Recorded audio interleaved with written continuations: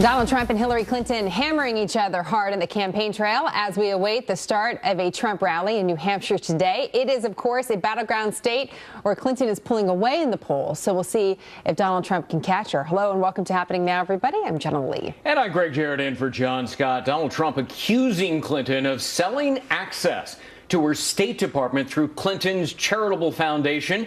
She says those charges are all smoke and mirrors and fire, and after more than a year of rousing his fans with tough talk on illegal immigration, Mr. Trump appears to be softening, that's his word, his position on the signature issue of his campaign, and he just sat down with some Republican leaders in New York City as they try to bring more minority voters into their tent. Senior national correspondent John Roberts is live in New Hampshire, where the Trump rally gets underway in just a couple of hours. John? Janet, good morning to you. You know, the latest polls here in New Hampshire have got Hillary Clinton leading Donald Trump by 9, but those latest polls are at least a couple of weeks old, and things are starting to tighten elsewhere. We'll get to those polls in just a couple of minutes. Donald Trump trying to keep the focus on Hillary Clinton, the Clinton Foundation, and those latest emails, but his original campaign game plan for this week, immigration, keeps on creeping into the mix. He mentioned this idea that Donald Trump is exploring a softening of his hardline position on what to do about the 11 million people in this country illegally. So hearing from some members of his own party about it. Take a look at the T-shirt that this one fella had at his rally in Tampa yesterday, declaring that he doesn't believe there should be any amnesty for illegal immigrants. And last night in his town hall with Sean Hannity, Donald Trump explaining the background to his thinking about all of this, and clearly not pleasing everyone in the crowd. Listen. I've had very strong people come up to me, really great people come up to me, and they've said, Mr. Trump, I love you. But to take a person that's been here for 15 or 20 years and throw them and the family out, it's so tough, Mr. Trump. I mean, I have it all the time. It's a very, very hard thing. Donald Trump also hearing from the other side today, though he's nowhere near Trump Tower. A small group of undocumented immigrants launching a protest at Trump Tower, at one point unfurling a banner saying that Donald Trump is a racist, and that was hung from the balcony of the second floor there at Trump Tower, right by the Starbucks. Some members of his own party, too, some conservatives, having heartburn about what they see as a shift in his position on immigration.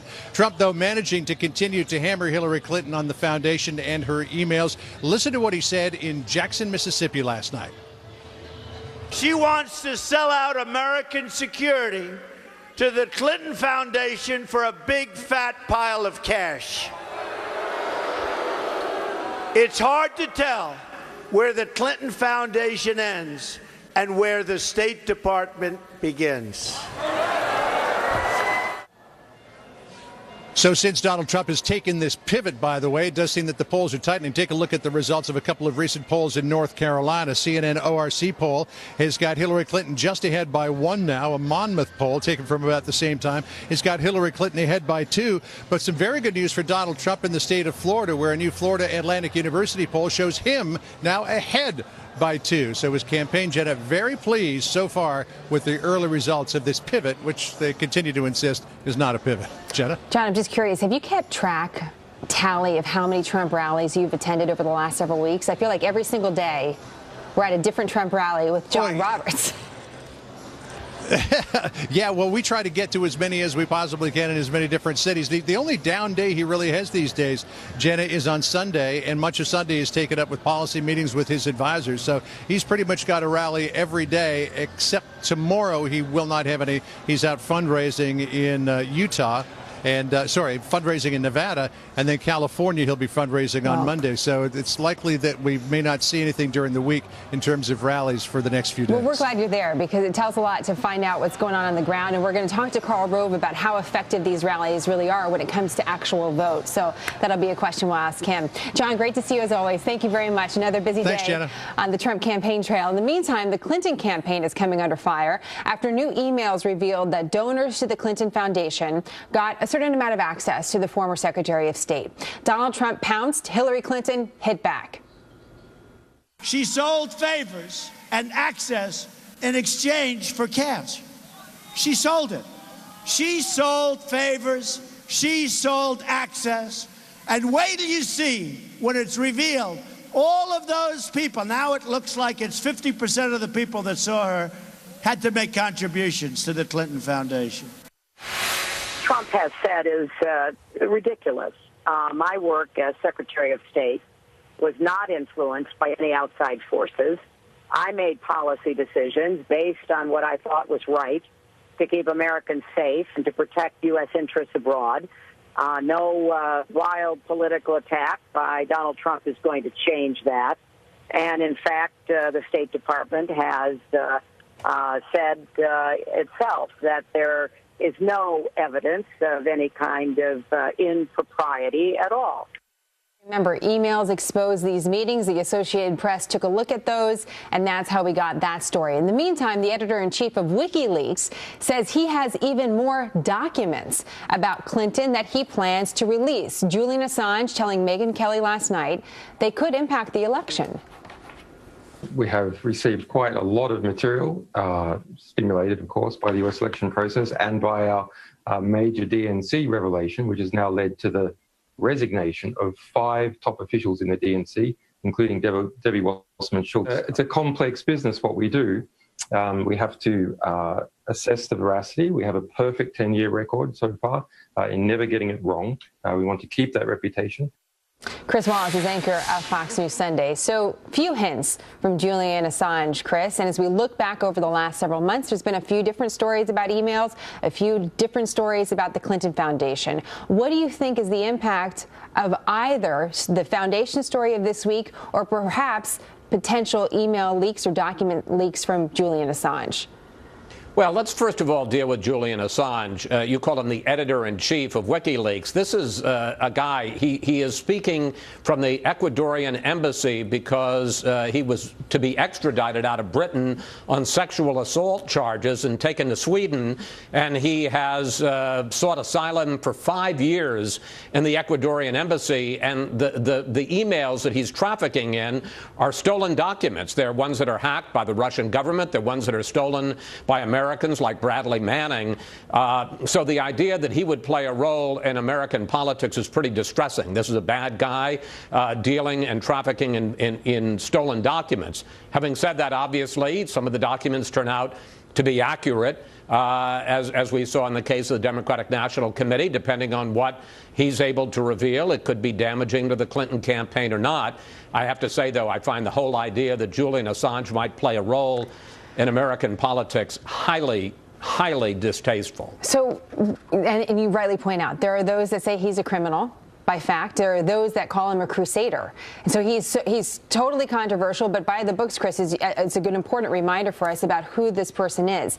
In the meantime, though, he says these documents are coming. And if they do expose something about Hillary Clinton or they are the truth, then how should we all consider them?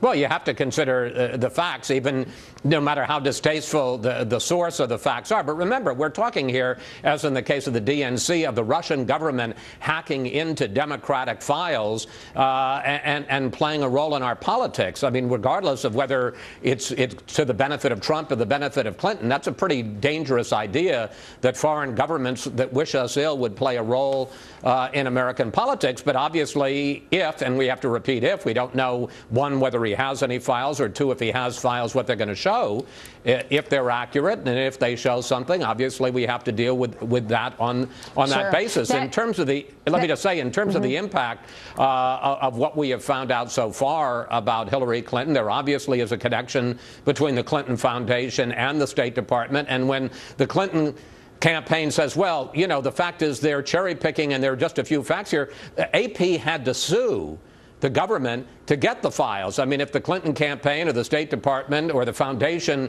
wanted to make this information available, they could do it, and the Clinton and Associated Press wouldn't have to sue to get the files in the first place. The Associated Press had a 3-year process to get these files and continues to look over the schedules and calendars, so we'll see what else they bring. What do you make of the Clinton reaction to the Associated Press, how hard they've gone after the Associated Press, and how they feel this may impact their road for the White House?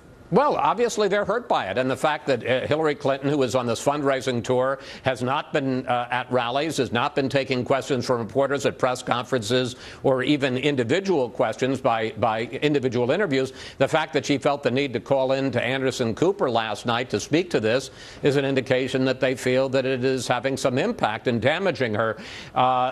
Look, this scandal in terms of the private emails, in terms of the Clinton Foundation and its nexus to the Clinton State Department has been going on for more than a year now. There's a legitimate question how much impact it's going to have on the campaign. Obviously, if people are concerned, one would think they'd already be concerned if they were Clinton supporters. Maybe they aren't that concerned about it, but it's not good stuff to have coming out that 50% plus of the private, non-governmental, non-foreign people that she met with had some connection to the foundation. That's not a positive, and seems to indicate there is some connection between giving money to the foundation, not necessarily in getting government action. We haven't found that. But in terms of access, in terms of being able to meet or talk with the Secretary of State, and that's obviously something most people don't have the opportunity to do. One of the other stories we reported to our viewers this week has been about the focus on the battleground states, states like Pennsylvania and Florida and Ohio. And Chris, when you're taking a look at this story to see whether it impacts, are you personally taking a look at these battleground states and seeing how it plays? Is that really where it matters, where whether or not this is a big deal could potentially impact the results? Oh, absolutely. I mean, there are about 30 states that are either reliably red or reliably blue, and in effect have kind of been already allotted to one side or the other. So the key is, and there's a slightly greater number of swing states this time because, frankly, Donald Trump is having to defend some states that are usually reliably red, like Georgia, like Utah, like Arizona, and having to defend some states that usually are reliably Republican and that Clinton is competitive in. But sure, this race is going to be decided, as it always is, in about 10, 15, 20 states at the most. And when you see, as John Roberts just reported, maybe things tightening a little bit in Florida, within the margin of error in North Carolina, that indicates, and it's only been a week now that Trump has maintained this discipline, but it seems to be working to his advantage.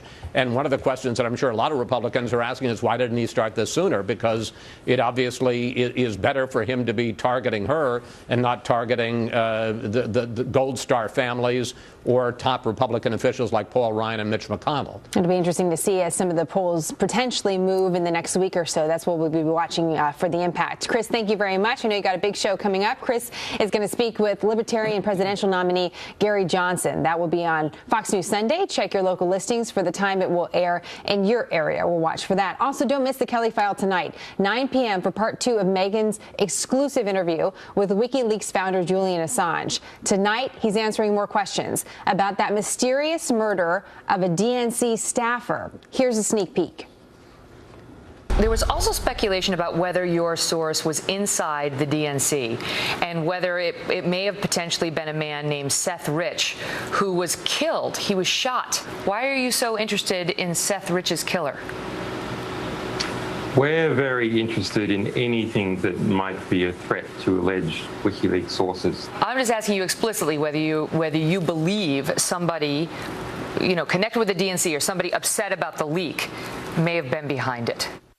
Well, for the answer, catch it, the Kelly File at 9 o'clock Eastern tonight.